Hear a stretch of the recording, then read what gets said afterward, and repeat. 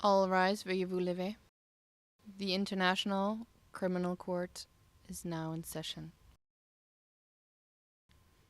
The confirmation hearing in the case of the prosecutor versus Khalid Muhammad Ali al-Hishri took place from 19 to 21 May 2026 before pretrial chamber 1, composed of the presiding judge, Judge Yulia Antonella Mutok, Judge Rain Adelaide Sophie Alipini Ganso, and Judge Maria del Socorro Flores Liera. During the three-day hearing, the prosecution, the defense, and the legal representatives of victims presented their opening statements. They made oral submissions before the judges on the merits of the case, and finally, they made their closing statements. The confirmation of charges hearing were held in the presence of the suspect, Mr. El-Hishri.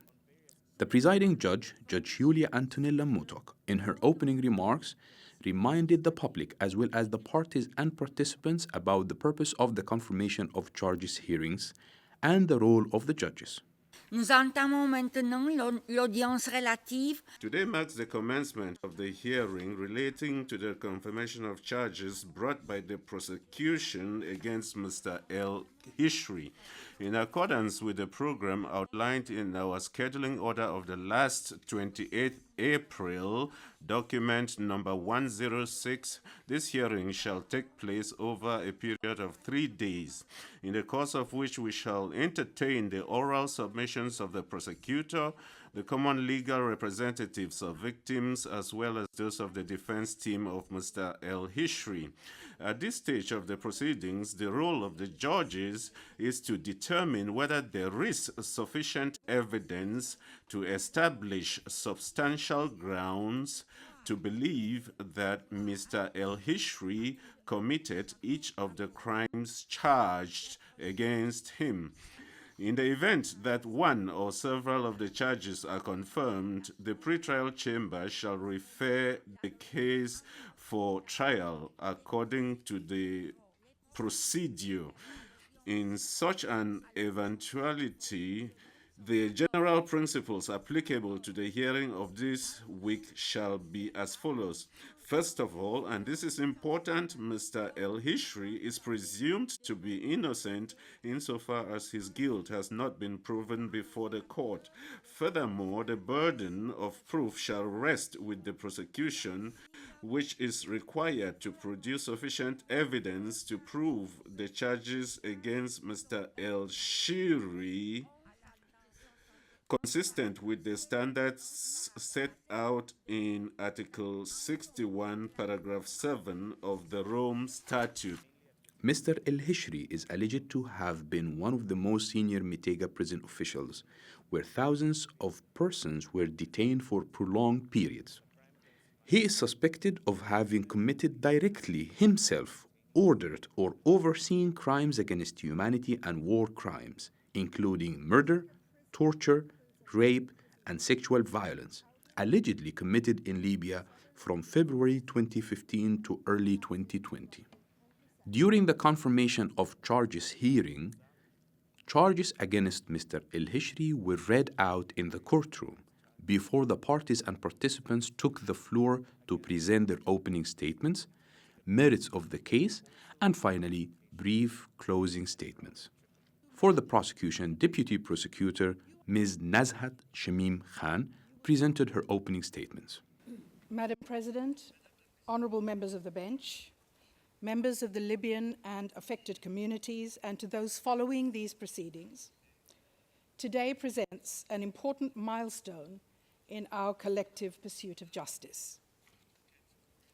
The commencement of the confirmation of charges hearing against Mr. Khalid Muhammad Ali El-Hishri, known also as Khalid al-Bouti, is a testament to the tenacity of those most impacted by his crimes, to the courage and foresight of the international community in referring this situation to my office, and to the steadfast dedication of this court to investigate and prosecute those bearing responsibility for crimes committed in Libya, regardless of their power and influence.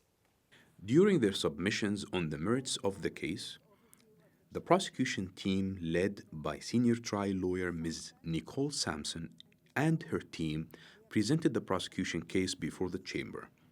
The prosecution presentation included overview of the charges against Mr. El-Hishri, the evolution of the Special Deterrence Force, SDF, proof of the contextual elements of crimes against humanity and war crimes, prosecution evidence of counts 1 to 12 on the crimes of torture, cruel treatment, imprisonment, outrage upon personal dignity, and other inhumane acts, rape, sexual violence, murder, and attempted murder, prosecution evidence of counts 13 to 17 on the crimes of enslavement and persecution, prosecution evidence of Mr. El-Hishri's criminal responsibility of the charged crimes, maps, photos, documents, reports, among other evidence were presented before the chamber.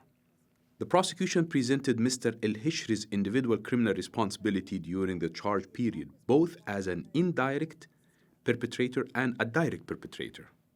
On the direct perpetration mode alone, Khalid El-Hishri personally committed all 17 counts of the charged crimes against no less than 159 victims. This number is only a representative sample of victims that the prosecution has conservatively identified. Looking at the facts of this case, we note that Khalid El-Hishri's conduct under the direct perpetration mode is significant in at least two ways. First, there is not a single crime charged that he did not personally commit. Second, this number of identified victims, while chosen conservatively for the purpose of the confirmation hearing, remains one of the highest numbers of victims targeted by any suspect as a direct perpetrator before this court to date. This makes it clear that Khalid El-Hishri was hands-on in the commission of the crimes, creating a culture of impunity for the alleged crimes and setting a negative example for the Mitega perpetrators to follow. For the legal representatives of victims in this case, Ms. Sarah Pole and Ms. Paulina Masida presented their opening statements on behalf of the victims. They further made submissions responding to the defense's submissions, and finally, they made their brief closing statements. About the victims represented in this case, Ms. Pole noted that the victims in this case have suffered. Their suffering began from the moment they were arrested and sent to Mitega prison. Victims who were perceived to have a different view, opinion, nationality, wealth, sexual orientation, among other differentiation labels, were arrested and sent to Mitega prison. At Mitega prison, the victims' suffering continued as they were beaten, tortured, humiliated under the harsh conditions of the prison. Victims were held at Mitega prison without any judicial process, and so victims couldn't challenge their detention. Detainees suffered physical, emotional, psychological effects during the charge period. Detainees further suffered sexual violence while they were detained at Mitega prison. Nous comparaissons aujourd'hui devant vous au nom des 64 victimes. We appear before you today on behalf of the 64 victims authorized to participate in these proceedings, and that's since the 11th of May last. These victims, civilians held in Mitega prison, men and women of Libyan nationality, African migrants and other foreign nationals, experienced a hellish prison in which the law had no place and which was replaced by violence, coercion, and fear. We also appear, Your Honours, on behalf of their individual families, whose lives have been forever affected by the unlawful detention of their loved ones and or death of these latter. For some, this day has been 10 years in the coming. At this hearing, far from being a straightforward formality, constitutes a crucial stage in understanding, or at least to attempt to understand, the unspeakable, thereby enabling their suffering to be at last recognized and for justice to be done on their behalf. Dès leur arrivée à Mitiga, The instant they arrived at Mitiga, the victims were confronted with conditions which beggared belief, marked by systematic violence and abuse, extreme hardship, and a relentless atmosphere of fear and humiliation. l'expérience des femmes détenues à Mitiga The experience of women detainees in Mitiga reveals an additional layer of cruelty within this system of abuse. It was a place where women's bodies, their dignity, and their identity were, as such, deliberately targeted. Ms. Paulina Masida further described in detail the suffering that the victims endured while at Mitiga prison during the charged period. She noted that some victims were Libyan, while other victims were non-Libyans, who were immigrants, also detained at Mitiga prison. All victims suffered in various ways and various forms. For these victims, Mitiga was not only a place of suffering. It was a place where their labor was exploited, their bodies controlled, and their dignity denied, where they were made to exist for the benefit, the power, and the violence of others. The harm suffered by all victims is profound and enduring. Many continue to live with physical injuries, damaged limbs, chronic pain, untreated wounds, permanent disabilities. Others carry psychological trauma, nightmares, anxiety, and the fear that persists long after their release. Their lives have been fundamentally altered. Families have been broken, livelihoods lost, futures disrupted. For victims, the experience of Mitiga did not end with their release. It continues every day in memory, in fear, and in the struggle to rebuild their lives. And yet, despite all that I've endured, they have chosen to come before this court. All the victims participate in these proceedings because they want the truth to be known, because they want what happened inside Mitiga to be recognized for what it was, a system of crimes. Lead counsel Mr. Yasser Hassan and defense counsel Mr. Ian Edwards made presentations on behalf of their client Mr. El-Hishri.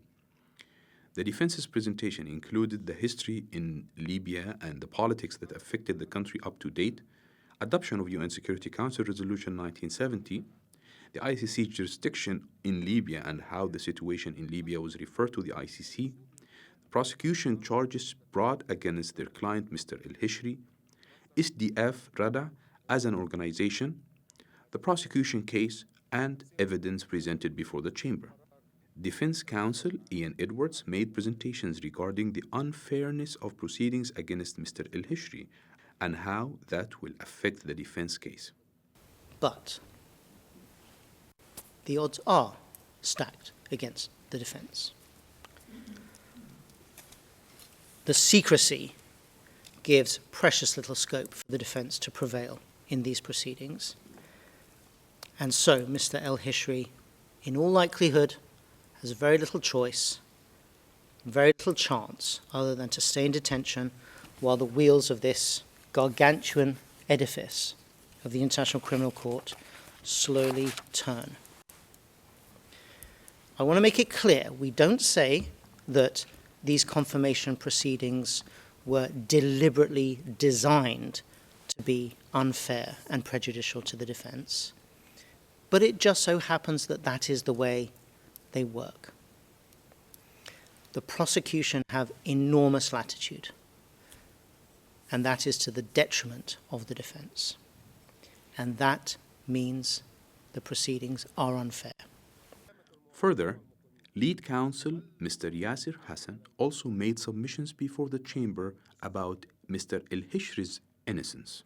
لربما لو أن التحقيق جرى بهذا الشكل لربما So if they had investigated this way, then they wouldn't, the OTP wouldn't have requested a warrant of arrest against Mr. El-Hishri.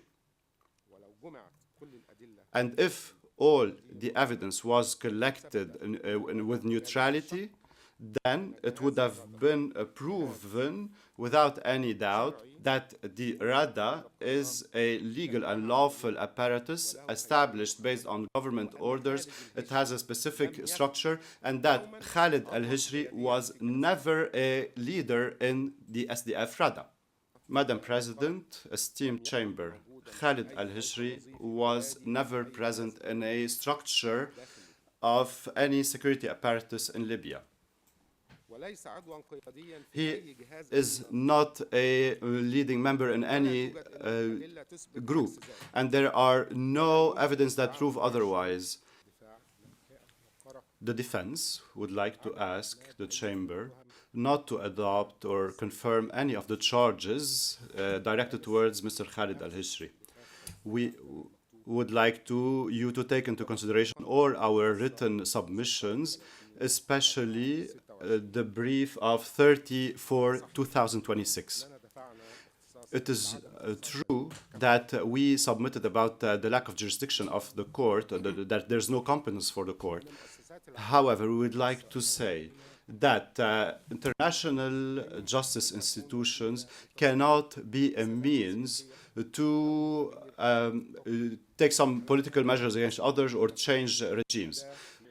Following the conclusion of the submissions from the parties and participants, the presiding judge thanked everyone before adjourning the hearings.